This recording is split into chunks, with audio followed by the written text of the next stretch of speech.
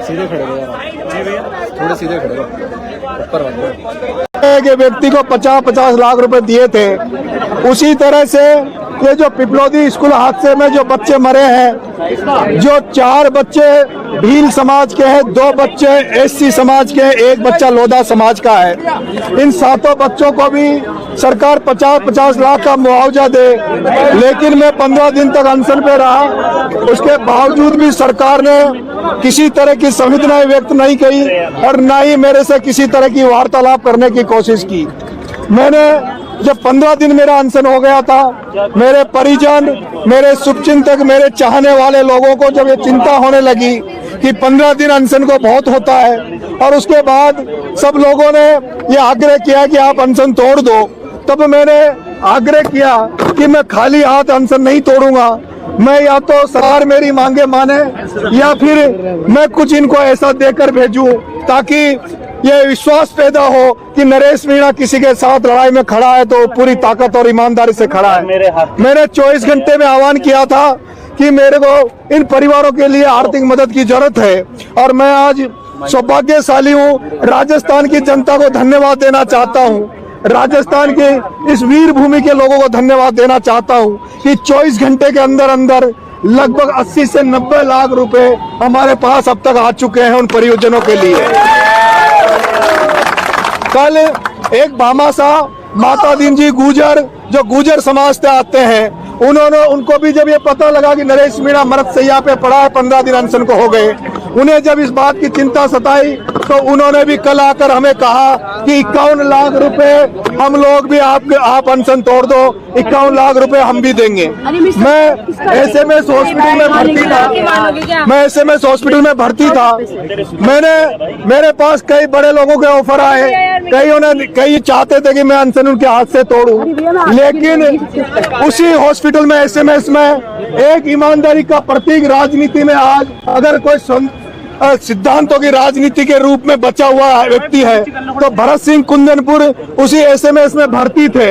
मेरे भरत सिंह जी कुंदनपुर ने भी कल मेरे से, जब मैं वहाँ हॉस्पिटल में उनसे 2 मिनट मिलने गया तो वो इमोशनल भावुक हो गए, रोने लग गए, हाथ जोड़ के मेरे से कहा, बेटे राजस्थान को तेरी जरूरत है, अनशन तोड़ ले।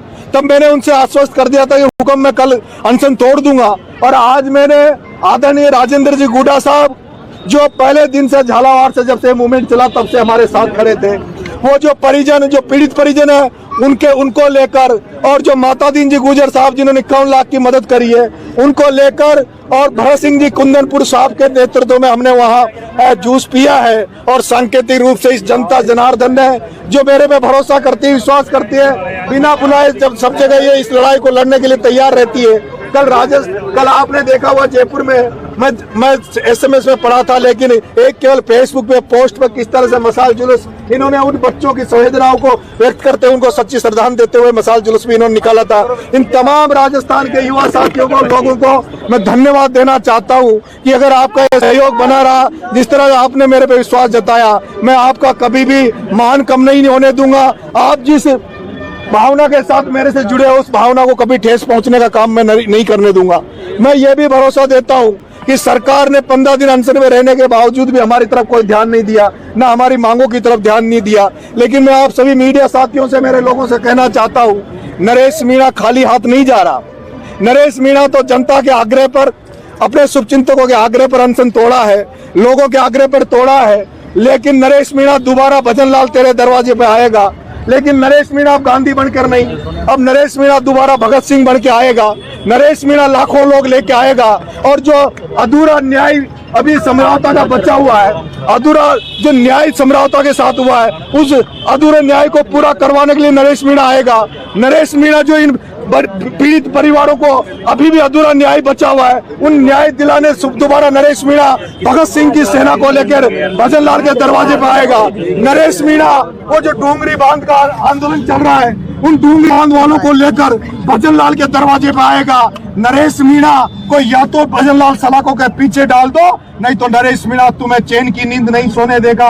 2.5 साल नरेश मीणा जिंदा रहा, नरेश मीणा सड़कों पर रहेगा, नरेश मीणा सड़कों पर रहेगा, नरेश मीणा 2.5 साल तक तुम्हारी नींदें हराम कर देगा, सरकार की नींदें हराम कर देगा, सरकार को घुटनों पे ला देगा। नरेश मीणा के रहते हुए किसी दलित आदिवासी पर इस राजस्थान में अत्याचार अब नरेश मीणा सहन नहीं करेगा। ये मैं आप सब लोगों से कहना चाहता हूँ। आप तमाम लोग पधारे, आपको उसके लिए बहुत बहुत धन्यवाद देना चाहता हूँ। आपने जिस तरह से मेरे इस आंदोलन में सहयोग किया, उससे भी आप सभी मीडिया साथियों को भी मैं तहे दिल से धन्यवाद देना चाहता हूँ। लेकिन ये लड़ाई अभी पूरी नहीं हुई है।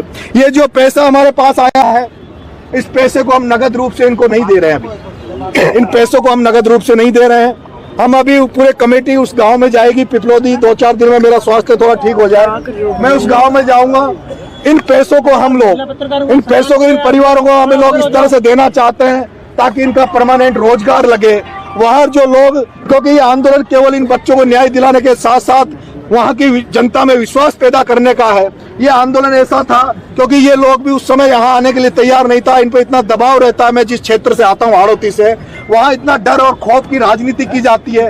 वहाँ नेता नहीं बोलते, वहाँ बड़े बड़े एमएलए एमपी नहीं बोलते, तो आमजन क्या बोले। वो आमजन में विश्वास जताने का मेरा ये आंदोलन था और मुझे विश्वास है, भरोसा है, राजस्थान की जनता जिस तरह से इन पीड़ित परिवारों के साथ आज खड़ी हुई है, वो हाड़ौती के उन दबे कुचले लोगों में विश्वास जताएगी। उनके अंदर ये विश्वास भरेगी कि हम लोग अगर खड़े होंगे तो लोग हमारी मदद करेंगे, हमारे साथ लड़ेंगे। इसलिए ये लड़ाई उस एरिया में जागृति की है। मैं मीडिया साथियों आपसे कहना चाहता हूँ कि उदयपुर बांसवाड़ा के आदिवासी भाइयों को टीएसपी का एक अलग से वो कोटा दे रखा है।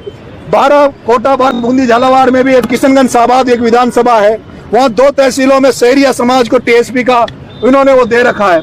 मैं चाहूंगा कोटा 12 बूंदी झालावाड़ में किशनगंज साबाद के अलावा भी जो शहरिया भाई हैं और जो भील समाज के भाई हैं जो एसटी में आते हैं, उन एसटी में आने वालों को भी सरकार टीएसपी में शामिल करे, क्योंकि इन कोटा 12 बूंदी झालावाड़ एरिया में एक भी भील समाज का व्यक्ति आपको नौकरी में नहीं मिलेगा, सरकारी कर्मचारी नहीं मिलेगा।